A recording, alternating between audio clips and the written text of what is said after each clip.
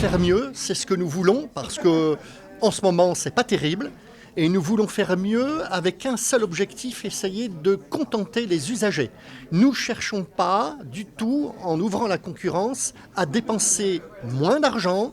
Nous sommes sur du transport public, mais en tout cas, dans l'ouverture à la concurrence, nous n'avons qu'un seul objectif, c'est faire en sorte que les usagers soient beaucoup mieux traités qu'aujourd'hui. Et donc, on ne cherche pas à tuer la SNCF, à enlever la SNCF. D'ailleurs, c'est une ouverture à 20% seulement.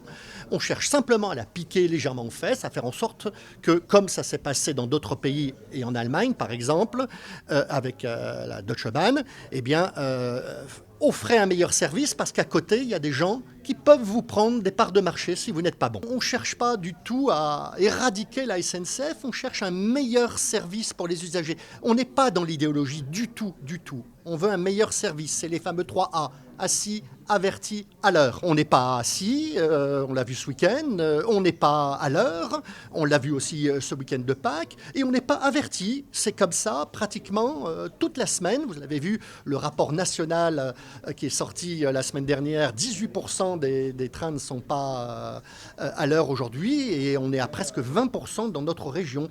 Et nous allons choisir des nouveaux opérateurs sur des lots que nous allons publier, effectivement, de manière à, faire en sorte que la SNCF se sente challengée. Il n'y a pas de casse sociale.